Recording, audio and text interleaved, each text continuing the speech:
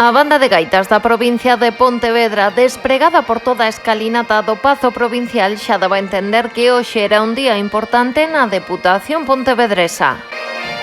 300 persoas estaban acreditadas para seguir dende o Salón de Plenos a constitución da nova Corporación Provincial. Os 27 deputados pasaron polo atril para xurar ou prometer o seu novo cargo.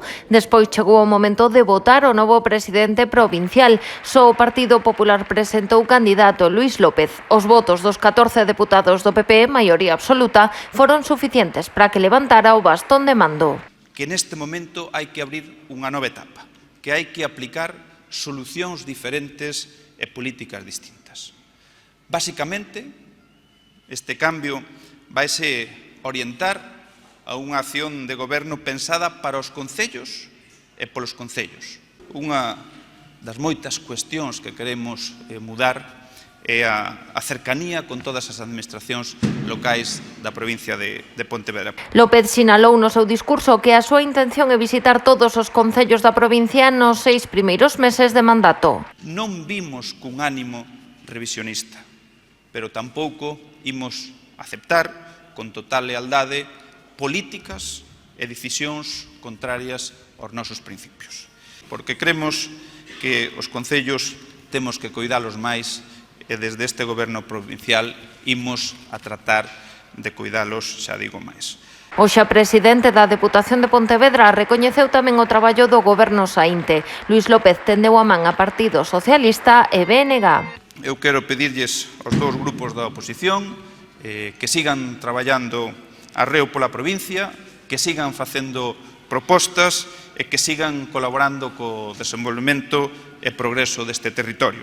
Tedes nesta presidencia, en este goberno provincial, a man absolutamente tendida e un ánimo máximo de colaboración. Eu sempre estarei disposto a sentarme, dialogar. A igualdade entre homes e mulleres, o cuidado do medio ambiente, reverter o envellecemento poboacional, o asentamento de empresas, recuperar o apoio a colectivos e entidades ou potenciar a cultura e lingua galegas son algúns dos retos que López asumiu no seu discurso.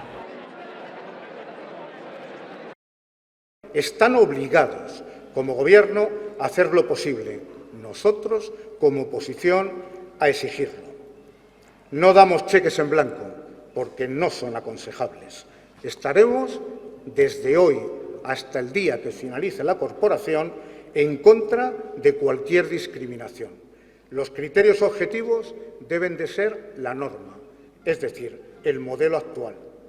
El trato ha de ser igual para todos porque forma parte de la dignidad de cada uno de los concellos. E que a nova presidencia, o novo goberno, teña os maiores éxitos, que siga mellorando, resolvendo os problemas desta Diputación e desta provincia e que conte coa nosa colaboración para ese fin sin ningunha limitación e sin ningún condicionante previo, non? De moita alegría por moitas razóns. Eu primeiro me alegro porque vai ser presidente da Diputación de Pontevedra os próximos 4 anos, Luís López, lugués.